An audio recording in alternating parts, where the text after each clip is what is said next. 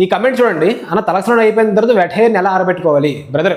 చాలా మంది చేసే తప్పులు చెప్తాను చూడు. ఫస్ట్ తలస్నానం అయిపోయిన తర్వాత వెట్ హెయిర్ని టవల్ వేసుకొని రప్ప రప్ప రప్ప మనం రుద్దేస్తారు.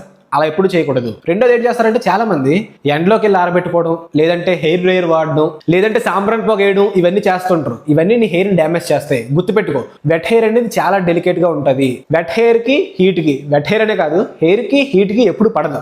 అది హెయిర్ డ్రైయర్ అయినా అవ్వచ్చు, సన్లైట్ అయినా అవ్వచ్చు, లేదంటే సాంబ్రాన్ పొగ అయినా అవ్వచ్చు. ఇప్పుడు కరెక్ట్ వేలో వెట్ హెయిర్ ని ఎలా ఆరబెట్టుకోవాలి అంటే, ఫస్ట్ తలక్షణం అయిపోయిన తర్వాత వెట్ హెయిర్ మీద టవల్ వేసుకొని ప్యాడ్ డ్రైయింగ్ అంటారు, అంటే ఒత్తుకోవాలి. టవల్ పట్టుకొని ఈ వెట్ హెయిర్ ని నీట్ గా ఒత్తుకోవాలి. ఎక్సెస్ వాటర్ అంతా పోయేలా ఒత్తుకొని, సన్లైట్ కాదు, హెయిర్ డ్రైయర్ కాదు, ఫ్యాన్ కింద నార్మల్ గా హెయిర్ అంతా పక్కన ఈ సైడ్ మొత్తం ఇలా అనుకుని నీట్ గా ఆరబెట్టుకోవాలి. ఒకవేళ లాంగ్ హెయిర్ అయితే కనుక గంట అరగంట పడుతుంది, పర్లేదు. నెమ్మదిగా ఎంత టైం పట్టినా పూర్తిగా ఆరేలాగా, మొత్తం స్కాల్ప్ నుంచి నీ హెయిర్ అంతా పూర్తిగా ఆరేలాగా ఫ్యాన్ కింద నెమ్మదిగా ఆరబెట్టుకుంటాం. ఇది కరెక్ట్ పద్ధతిలో వెట్ హెయిర్ ఆరబెట్టుకునే విధానం.